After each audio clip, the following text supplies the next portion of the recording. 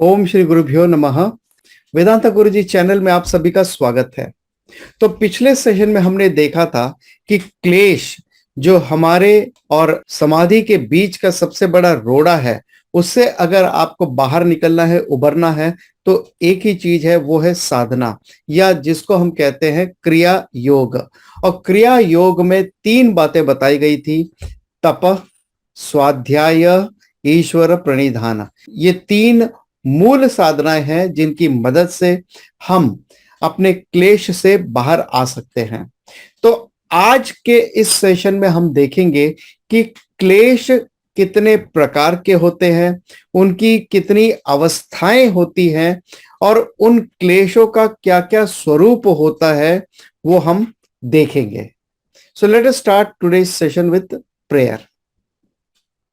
ओम सहना भवतु, सहनौ भुनक्तु, सह वीर्यं करवावहै, तेजस्विनावधीतमस्तु मा विद्विषावहै।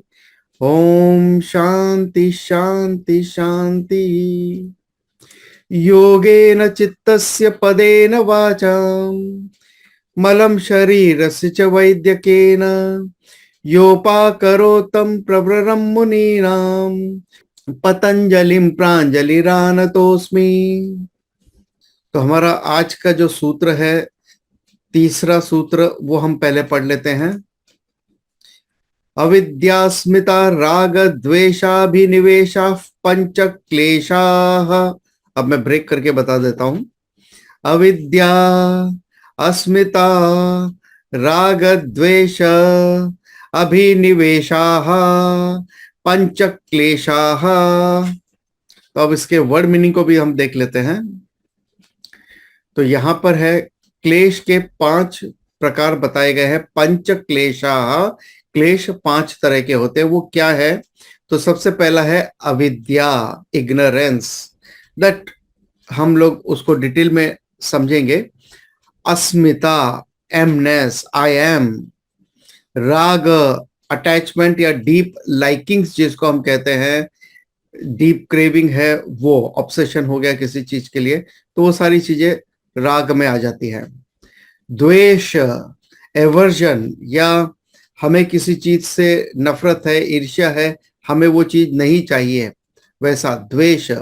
अभिनिवेश, अभिनिवेश यानी फियर ऑफ डेथ, या हमारी इस जीवन से, इस शरीर से इतना मोह है कि हम इससे इतनी बुरी तरह से आसक्त हो गए हैं कि हमें मरने का डर लगता है, और प्राय सभी को लगता है।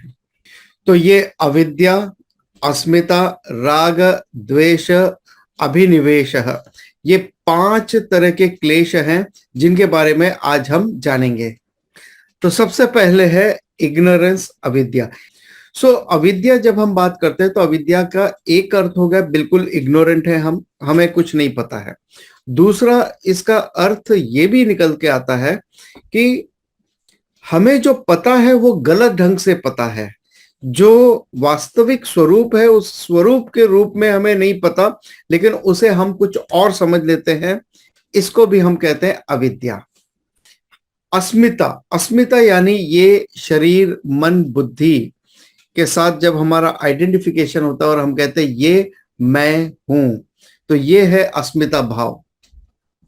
राग, किसी वस्तु, व्यक्ति, परिस्थिति के प्रति आपके अटैचमेंट होता है, आपकी लाइकिंग्स होती है।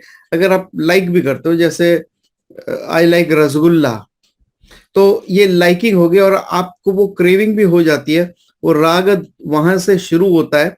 और द्वेष, मुझे करेला पसंद नहीं है, तो करेले के प्रति द्वेष हो जाता है। तो ये है राग, यानी अटैचमेंट और लाइकिंग से, डीप लाइकिंग से। और द्वेष यानी एवर्जन, जो हमें नापसंद है। तो पसंद और नापसंद।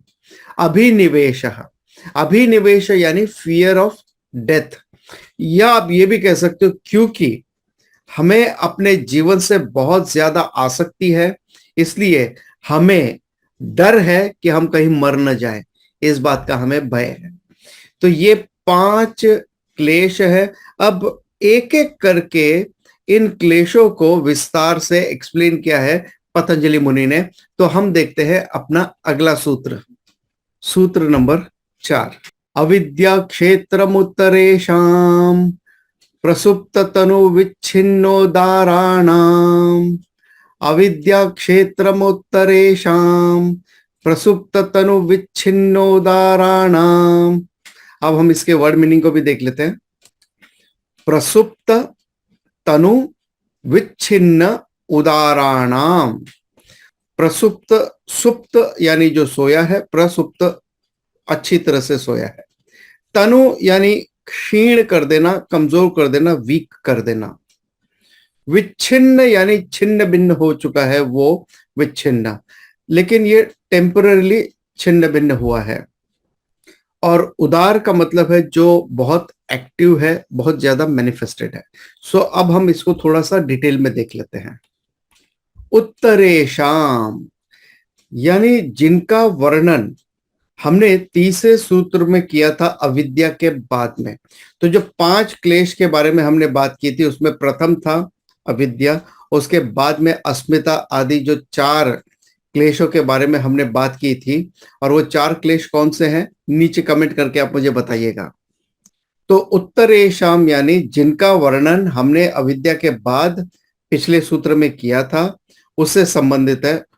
उनका क्षेत्रम जो है, क्षेत्रम यानी उत्पत्ति स्थानम, जहां से वो उपजते हैं, निकलते हैं, पैदा होते हैं, या जिनका क्षेत्रम है यानी जो उनका रूट कॉज है, वो है अविद्या। सो अविद्या इज द रूट कॉज। सो अविद्या जो मूल है इन बाकी के चारों क्लेशों का। और ये बाकी के 4 कौन से हैं? अस्मिता, राग, द्वेष, अभिनिवेश। तो ये जो चारों क्लेश है, इनकी 4 अवस्थाएं हो सकती है प्रत्येक की, और वो है प्रसुप्त तनु विच्छिन्न उदाराणाम। प्रसुप्त, प्रसुप्त, सुप्त यानी जो सोया है, प्र यानी प्रकर्षेण सुप्त यानी जो पूरी तरह से अच्छी तरह से डीप स्लीप में सोया है, या पूरी तरह से वो डॉर्मेंट अवस्था में, जैसे जब आप रात को पीसी स्विच ऑफ कर देते हो और सुबह स्विच ऑन कर देते हैं, तो वो जब स्विच ऑफ और स्विच ऑन की स्थिति है, वो उस समय पूरी तरह से डॉर्मेंट स्टेट पर है। एक होता है स्लीप स्टेट, जब आप थोड़ा माउस हिलाओ और वापस से वो फिर से शुरू हो जाता है, वो है स्लीप स्टेट। लेकिन हम बात कर रहे हैं जब आप कंप्यूटर को स्विच ऑफ कर देते हैं। सो प्रसुप्त यानी जो डीपली डॉर्मेंट है, प्रकर्षेण सुप्त है, डीप स्लीप की स्टेट है, वैसा। सो भले ही क्लेश मौजूद है, लेकिन वो मैनिफेस्ट नहीं होता, वो सुषुप्ति की अवस्था में। जिस तरह से अगर आप हिमालय की तरफ में जाओ और देखो, वहां पे जो वहां के सांप होते हैं, जो बर्फबारी होती है, तो उसमें वो लकड़ी की तरह कड़क हो जाते हैं। आप चाहो तो आप उसको उठा के खेल सकते हो, करना नहीं है वैसा, लेकिन वो वहां पे हाइबरनेशन मोड पे चले गए, वो कड़क हो गए, स्टिफ हो गए हैं उस समय। इसका मतलब ये नहीं है दे आर डेड, ऐसा बिल्कुल नहीं है। जैसे ही गर्मी शुरू होती है, आइस मेल्ट होना शुरू होते हैं, वैसे ही वो अपने पुनः अपने लाइफ में वापस आ जाते हैं, and then you can touch them. उसी तरह से चाइल्डहुड में आपके जो यूथ की डिजायर्स है, वो अनमैनिफेस्ट या सुषुप्ति अवस्था में रहती है।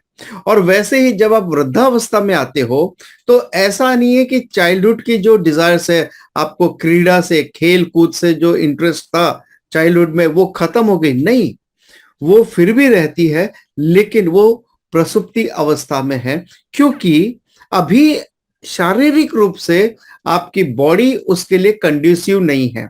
सो कंड्यूसिव इन्वायरमेंट न मिलने की वजह से वो प्रसुप्ति में चला गया है। तो ऐसी हमारी कई डिजायर्स हैं जो तभी मैनिफेस्ट होती है जब वो इन्वायरमेंट कंड्यूसिव होता है, अदरवाइज वो डीप स्लीप या स्लीप स्टेट में चला जाते हैं। दूसरा है तनु। तनु यानी जब आपके जो क्लेश हैं, वो तनु यानी छोटा होता है, लेकिन यह क्षीण हो गए हैं, कमजोर हो गए, वीक हो गए। तो क्लेश जब वीक हो जाता है, और क्लेश वीक कब होते हैं? जो हमने पहले दूसरे सूत्र में देखा था, क्रिया योग से। और क्रिया योग क्या है, नीचे कमेंट करके बताइएगा कि क्रिया योग में कौन सी 3 बातें हमने बताई थी। सो ड्यू टू साधना, क्रिया योग से आपकी जो क्लेश है वो क्षीण हो जाते हैं, कमजोर हो जाते हैं, जो हमारा पर्पस भी है। और उसकी वजह से राग द्वेष हमारे नियंत्रण में रहते हैं और वो हम पर हावी नहीं हो जाते। तीसरा है विच्छिन्न अवस्था। विच्छिन्न यानी ओकेशनली इंटरप्टेड, काउंटर एक्टेड। जब कभी कोई एक क्लेश प्रभावी हो जाता है, भारी हो जाता है, जो दूसरा क्लेश है वो वीक हो जाता है, कमजोर हो जाता है, थोड़ा शांत हो जाता है उस समय के लिए। घर में भी होता है ना, हस्बैंड वाइफ, जब एक गुस्से में होता है तो दूसरा शांत हो जाना चाहिए। तो जब एक क्लेश उदार रूप में होता है, पूरी तरह से प्रबल होता है, मैनिफेस्ट करता है, तो दूसरा क्लेश जो है वो शांत हो जाता है उस समय के लिए, टेम्पररीली। मगर जैसे ही पहले वाला शांत होता है तो ये अपनी अवस्था में फिर से आ जाता है। सी फॉर एग्जाम्पल, जब कोई एक मूवी है, आप उसका इंतजार कर रहे हो, दोस्तों के साथ, फैमिली के साथ आप प्लान कर रहे हो और थिएटर में जाके आप उस मूवी को देख रहे हैं, अचानक से आपके बॉस का कॉल आ जाता है या आपके किसी घर का या किसी और इंपॉर्टेंट कॉल अगर आपको आ जाता है, it could be nature's call also, तो आपको मूवी छोड़ के 5 मिनट के लिए बाहर निकलना पड़ता है। दैट इज कॉल्ड विच्छिन्न अवस्था मूवी देखने के लिए, क्योंकि आपका जो कॉल है वो प्रबल अवस्था में आ गया, उदार अवस्था में है। सो उदार यानी जो स्ट्रांगली एक्टिव है, एक्सटेंसिव है, पूरी तरह से मैनिफेस्ट हो रहा है और वो प्रभावशाली हो रहा है, जिसकी वजह से दूसरे जो क्लेश है वो कभी शांत हो जाते हैं या उसके साथ साथ में वो भी जुड़ जाते हैं, ऐसा भी पॉसिबल है। देखिए, अग्नि की फ्लेम जब छोटी होती है तो हवा उसके लिए दुश्मन होती है, उसको बुझा देती है। लेकिन वही अग्नि प्रज्वलित होती है, तेज होती है, तो हवा उसके सहायक हो जाती है। तो उसी तरह से कुछ क्लेश ऐसे होते हैं कि जब एक प्रबल होता है तो या तो दब जाते हैं या उसके सहायक हो जाते हैं, ये संभव है। फॉर एग्जाम्पल, जब इंसान को गुस्सा आता है तो गुस्से में इंसान का वो प्रबल क्लेश है जिसकी वजह से बाकी क्लेश, आसक्ति है, राग द्वेष है, फॉर द टाइम बिंग वो दब जाते हैं, कम हो जाते हैं। जैसे कई बार ऐसा होता है कि गुस्सा आ गया तो इंसान खाना पीना छोड़ देता है, जो उसके पसंदीदा चीज भी अगर आप उसके सामने रख दो तो वो भी वो नहीं खाएगा। और या कुछ लोग ऐसे होते हैं कि गुस्सा है तो कुछ ज्यादा खा लेते हैं, this is called stress eating. So either way it is possible. मगर नोट करने वाली बात यह है कि ये जो 4 क्लेशों के बारे में हमने बात की थी, ये चारों क्लेशों का मूल कारण है अविद्या। अविद्या इनकी जननी है, मातृभूमि है जहां से वो पैदा होते हैं। और इनको अगर आपको कमजोर करना है तो वो है क्रिया योग, जिसकी वजह से ये कमजोर हो जाते। क्रिया योग यानी तपस, स्वाध्याय, ईश्वर प्रणिधानम, तो ये है क्रिया योग। इसके अलावा और भी जो साधनाएं हैं वो क्रिया योग कहिए या कर्म योग कहिए, भगवत गीता के अनुसार एक ही बात है। और जब आपको शास्त्रों का नॉलेज मिलता है, आपका विवेक डेवलप होता है। विवेक शक्ति यानी इट इज नॉट इंटेलिजेंस, विवेक शक्ति यानी डिस्क्रिमिनेटिव कैपेसिटी, जिसमें आपको यह पता चलता है कि नित्य वस्तु क्या है, अनित्य वस्तु क्या है। नित्य अगर आपको पता चल गया तो और कुछ जानने की जरूरत ही नहीं है, लेकिन कम से कम आपको इतना पता चल जाता है कि ये वस्तु अनित्य है और हमें जो चाहिए वो है नित्य। तो कम से कम आप जो भी अनित्य मिले उसको आप कह सकते हो नेति नेति, not this, I don't want this, I don't want this.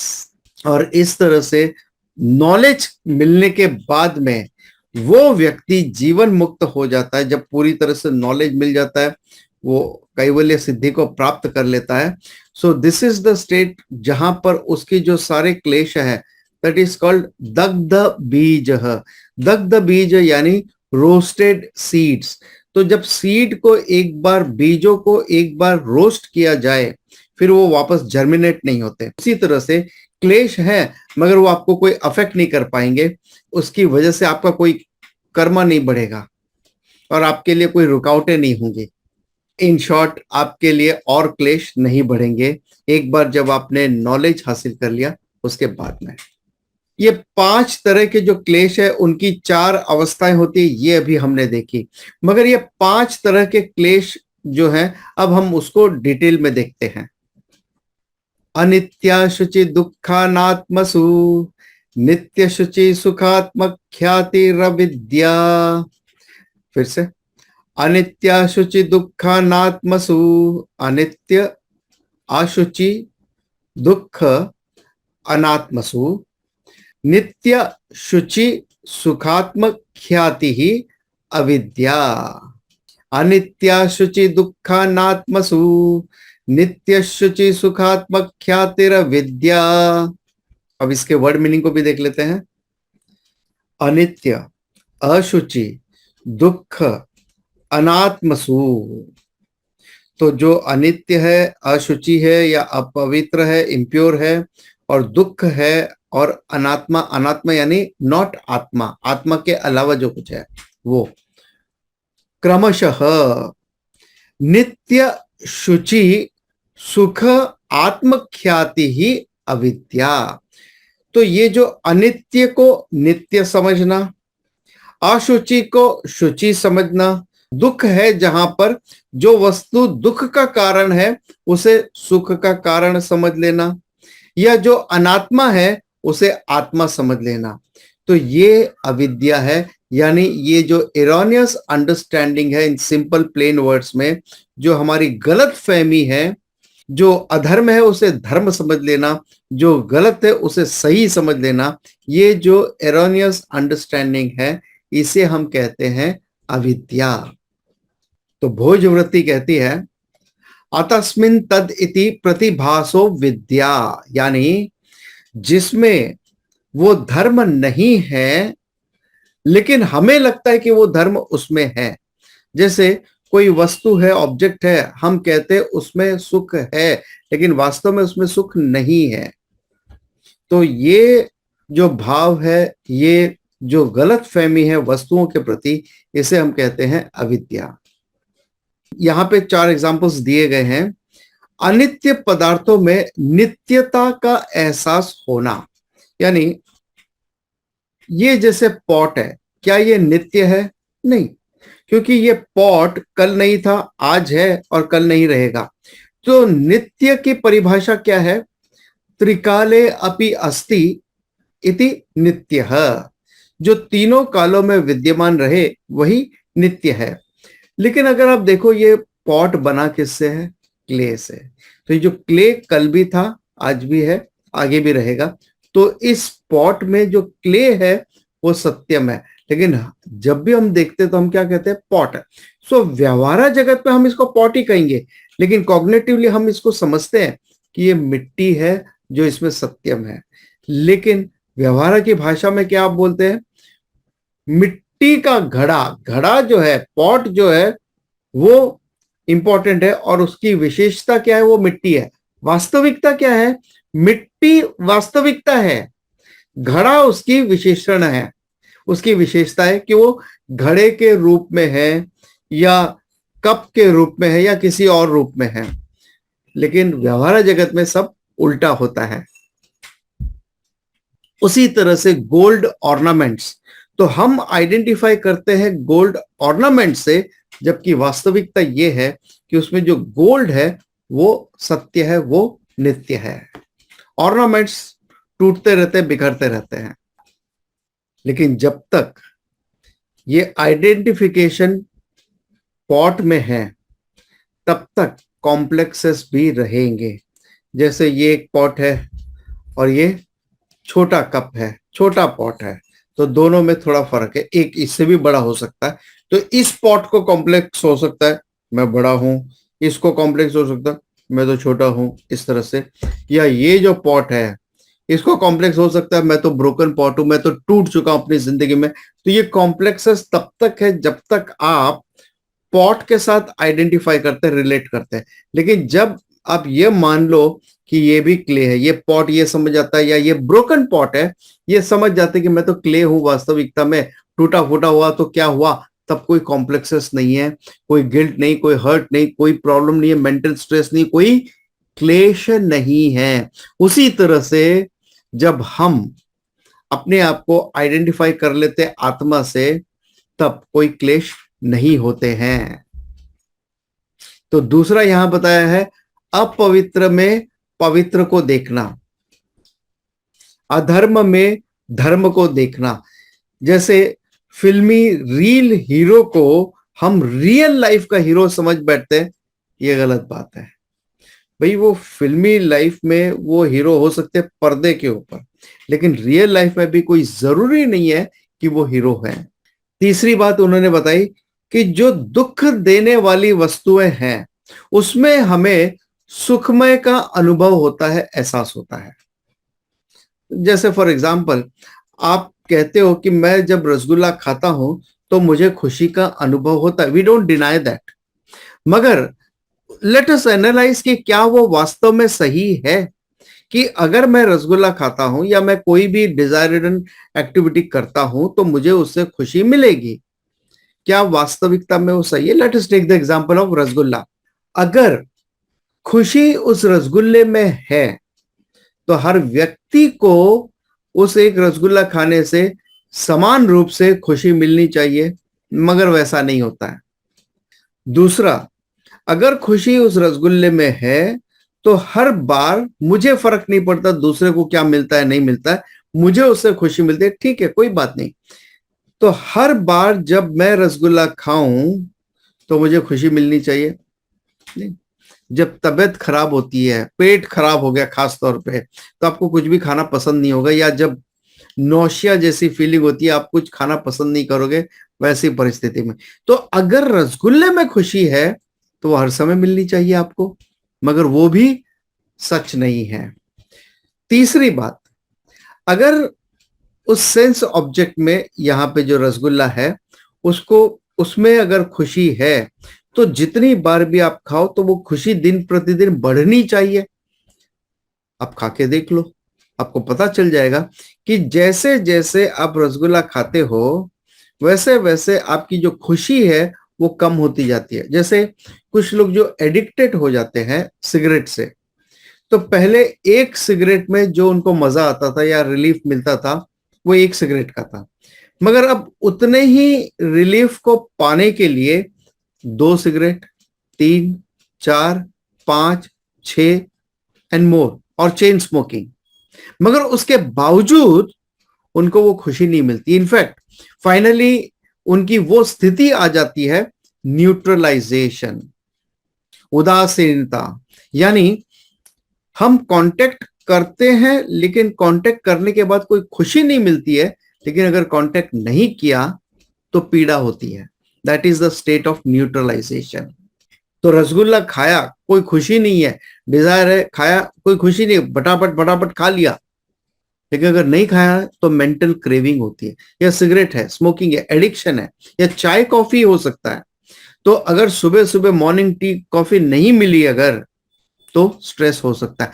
ऐसा नहीं कि पीने के बाद में बड़ी संतुष्टि मिलती है, ऐसा नहीं है, वो एजिटेशन ही थोड़ा कम होता है टाइम बिंग के लिए, बट वास्तविकता में कोई खुशी नहीं है। क्योंकि अगर आप रिकरिंग इफेक्ट अगर आप देखो तो आपकी खुशी धीरे धीरे डिमिनिश हो रही है, कम होती जा रही है, कमजोर पड़ती जा रही है। So logically it is proven that there is no happiness in the object.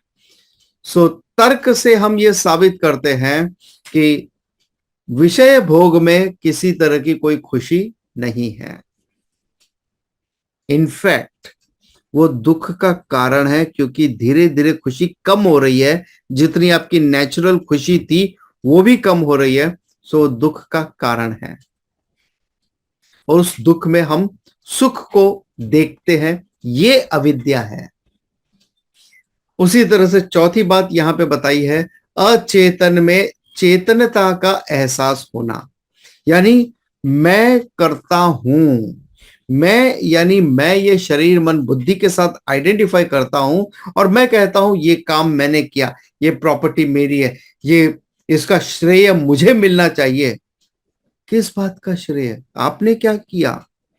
ये शरीर मेरा, मन मेरा, बुद्धि मेरी, ठीक है, लेकिन ये अपने आप में इनर्ट है, ये अपने आप में कोई काम नहीं कर सकते। उसी तरह से जिस तरह से जो इलेक्ट्रिकल गैजेट्स है, बल्ब है, फैन है, वो बल्ब आपको रोशनी देगा, फैन आपको हवा देगा, एसी आपको कूलिंग करेगा, लेकिन बिना इलेक्ट्रिसिटी के क्या वो कोई भी काम कर सकता है? नहीं। मगर श्रेय किसको है? बल्ब को, फैन को वगैरह, लेकिन श्रेय जाना किसको चाहिए? इलेक्ट्रिसिटी को। उसी तरह से श्रेय जाना चाहिए चेतन तत्व को, और हम अचेतन तत्व को श्रेय देते हैं कि मैं करता हूं, मैं भोगता हूं, I am the doer, I am the enjoyer. ये अविद्या है। तो ये अविद्या है जो बाकी के चार क्लेश, अस्मिता, राग, द्वेष, अभिनिवेश, इन चारों का मूल कारण है, जननी है, उत्पत्ति स्थानम है, जिसको यहां बताया गया क्षेत्रम है। तो आज हमने देखा क्लेश 5 तरह के होते हैं, अविद्या, अस्मिता, राग, द्वेष, अभिनिवेश, जिसमें अविद्या बाकी के 4 का मूल कारण है। और इन बाकी के जो 4 हैं, इनकी 4 तरह की अवस्थाओं के बारे में भी यहां पर बताया गया था। और वो 4 अवस्थाएं हैं, प्रसुप्त, तनु, विच्छिन्न, उदाराणाम। प्रसुप्त यानी डीप स्लीप, जो पूरी तरह से डोरमेंट है।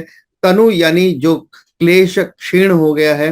विच्छिन्न यानी टेम्पररीली वो छिन्न हो गया है, एक शांत हो गया टेम्पररीली। उदाराणाम यानी जो बहुत एक्सप्रेसिव हो चुका है, बहुत एक्टिव हो गया, बहुत प्रबल हो गया है, वो है उदाराणाम। तो ये 4 अवस्थाएं होती हैं। और उसके बाद में हमने अविद्या के बारे में देखा था कि अविद्या क्या है, यानी वस्तु का जो वास्तविक धर्म है उसको उस धर्म से न समझ के हम उसे कुछ और धर्म से समझते हैं। ये मिसअंडरस्टैंडिंग, ये जो एरोनियस अंडरस्टैंडिंग है, इसको हम कहते हैं अविद्या।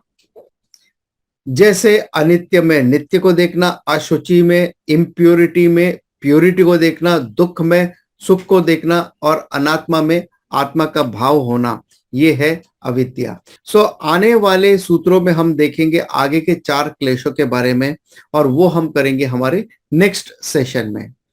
सो let us conclude with today's session. और आप ये वीडियो दूसरों के साथ शेयर कर सकते हैं, इसके आप अच्छे से नोट्स बना सकते हैं ताकि आपके दिमाग में वो अच्छी तरह से बैठ जाए। And you can hit the like button. और अगर अब तक आपने हमारे वीडियो को सब्सक्राइब नहीं किया तो उसे सब्सक्राइब भी कर लें। और कल यानी एवरी संडे सुबह 8:30 बजे होते हैं भगवत गीता के लाइव सेशन सुजाता जी द्वारा। सो अभी जो करंट टॉपिक चल रहा है वो है ध्यान योग के बारे में, तो आप वो अटेंड कर सकते हैं रेगुलरली। ओम तत्सत। So let's conclude with the prayer. Om Purnamadav Purnamidam Purnat Purnamudachyate Purnasya Purnamadaya Purnameva Vashishyate. Om Shanti Shanti Shanti. Om Tat Sat.